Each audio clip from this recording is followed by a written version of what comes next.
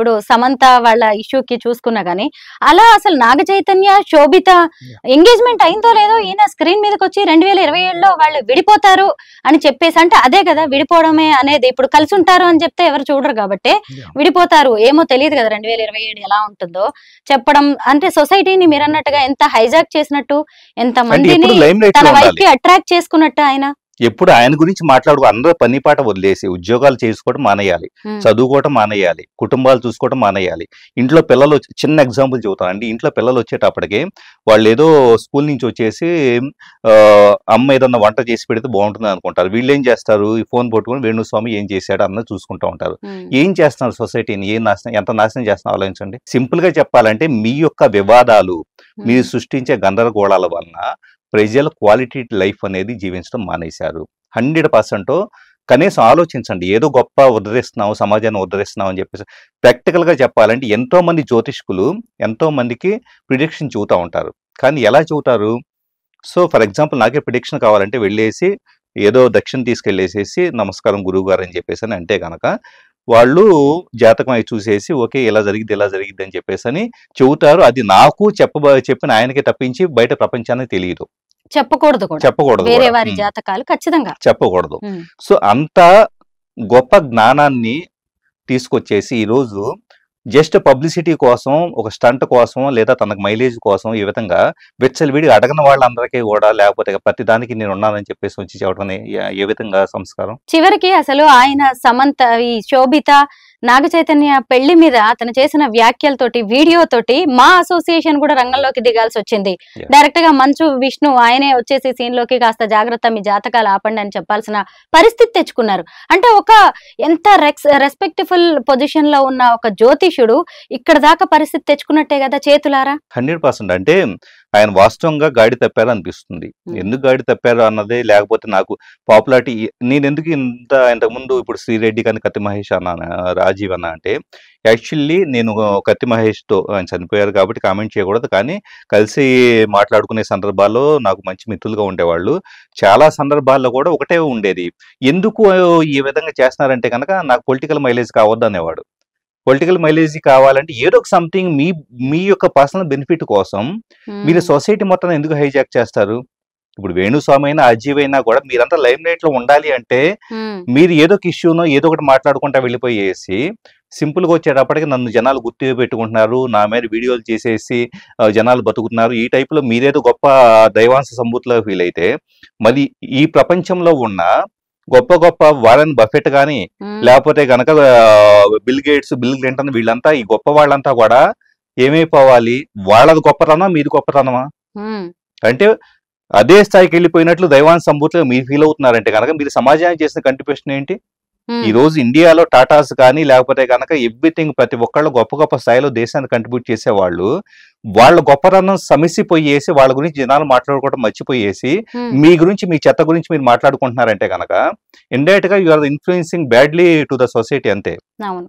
అంటే ఇప్పుడు అతను ఎప్పుడైతే ఈ వీడియో చేశారో ఈ నాగ చైతన్య పెళ్లికి సంబంధించి, సరే మా నుంచి కూడా వచ్చేసాయి, ఏదో అక్షింతలు పడ్డాయి, మరి అలా ఊరుకోకుండా డైరెక్ట్ గా మళ్ళీ వీణా శ్రీవాణి ఆయన భార్య సీన్ లోకి వచ్చారు. ఆవిడ మాట్లాడిన మాటలు చూడొచ్చు. అంటే అప్పటిదాకా ఏ సోషల్ మీడియాని, ఏ జనాన్ని అయితే తమ పాపులారిటీ కోసం వాడుకున్నారో ఇదే జర్నలిస్టులని, వాళ్ళని కూడా ఆవిడ ఏకి పారేశారు. మీకేమనిపించిందండి ఆవిడ వీడియో చూసినప్పుడు? ఫస్ట్ ఆఫ్ ఆల్ ఏంటంటే ఆవిడ పట్ల ఒక సింపతి ఉండేదండి. సింపతి అంటే ఓకే చాలా మంచి వాళ్ళు, లేకపోతే ఇలాగ రకరకాలుగా. కానీ ఎప్పుడైతే ఆ వీడియోలో బాడీ లాంగ్వేజ్ స్టార్టింగ్ నుంచి కూడా ఆ మాట తీరులో పెదవి విరుపులు కానీ ఇలాంటివంతా కూడా ఎప్పుడు కూడా మన మాట తీరుని బేస్ చేసుకొని, ఇప్పుడు నేను కోపంగా మాట్లాడుతున్నా కానీ నా కోపము యూత్ని ఎన్నో ఏళ్ల పాటు మోటివేట్ చేస్తున్న వ్యక్తిగా సమాజం మొత్తం నాశనం అవుతుందని ఒక ఆవేదన నుంచి వస్తున్న కోపం తప్పించేసి వాళ్ళ మీద నేను మాట్లాడినందువల్ల నాకు ఎలాంటి ఉపయోగం లేదు. నాకు లైమ్ లైట్ అవసరం లేదు, ఇంకోటి అవసరం లేదు. నాకు యూత్ వీళ్ళ వల్ల టైం వేస్ట్ అవుతుందని. సో నేను మాట్లాడుతున్నప్పుడు నాకు కోపం వచ్చేటప్పటికి సింపుల్గా చెప్పాలంటే కనుక యూత్ పట్ల కన్సర్న్ కొద్ది ఉంటే, ఇప్పుడు ఆవిడ కానీ లేకపోతే తను కానీ మాట్లాడేటప్పుడు వాళ్ళ బాడీ లాంగ్వేజ్ చూడండి, మమ్మల్ని మీరు అంటారా? సో మొత్తం సరే చూద్దాం. వేణుస్వామి ఒక వీడియోలో వచ్చేటప్పటికి నన్ను అరెస్ట్ చేస్తారని వీడియోలు వస్తూ ఉన్నాయి, చూద్దాం. సరే మాట్లాడుకోవాల్సినవి చాలా ఉన్నాయి. ఈ బాడీ లాంగ్వేజ్ ఏంటి? మాట్లాడుకోవాల్సినవి చాలా ఉన్నాయి. ఏంటి? ఎవరిని బెదిరిస్తున్నారు? సొసైటీ మొత్తాన్ని బెదిరిస్తున్నారా? ఏం చేస్తున్నారు?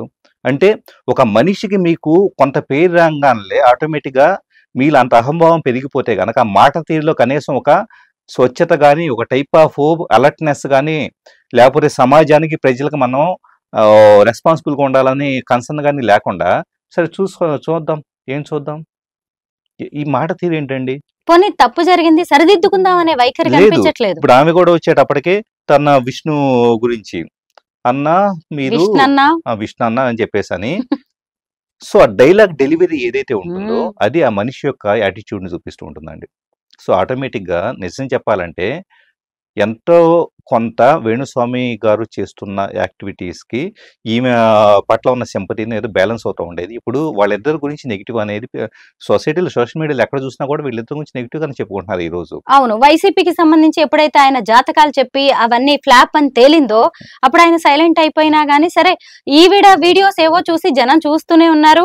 మీ ఆయన అలా చేస్తున్నాడమ్మా చూసుకో కాస్త, అయినా సరే నీ పట్ల నీది మాకుంది అని కూడా చాలా మంది కామెంట్స్ పెట్టడం యాహ్! నేను చూశాను. యాహ్! కానీ ఎప్పుడైతే మళ్ళీ ఈవిడ ఆయనకి సపోర్టింగ్ గా వచ్చారో, అప్పుడు ఆవిడ కూడా కాస్త తనది తానే తగ్గించుకున్నట్టుగా అయిపోయింది గౌరవాన్ని. ఒకటండి 100% మీ భర్త అయినా, ఇంకొకళ్ళైనా కూడా కుటుంబం అనే తర్వాత ఫస్ట్ మన వ్యక్తిగతమైన క్యారెక్టర్ అనేది ఫస్ట్ మన ముఖ్యం. మనం మాట్లాడే విధానంలోనే 100% ఒక జెన్యూనిటీ కనపడేసి, ఓకే.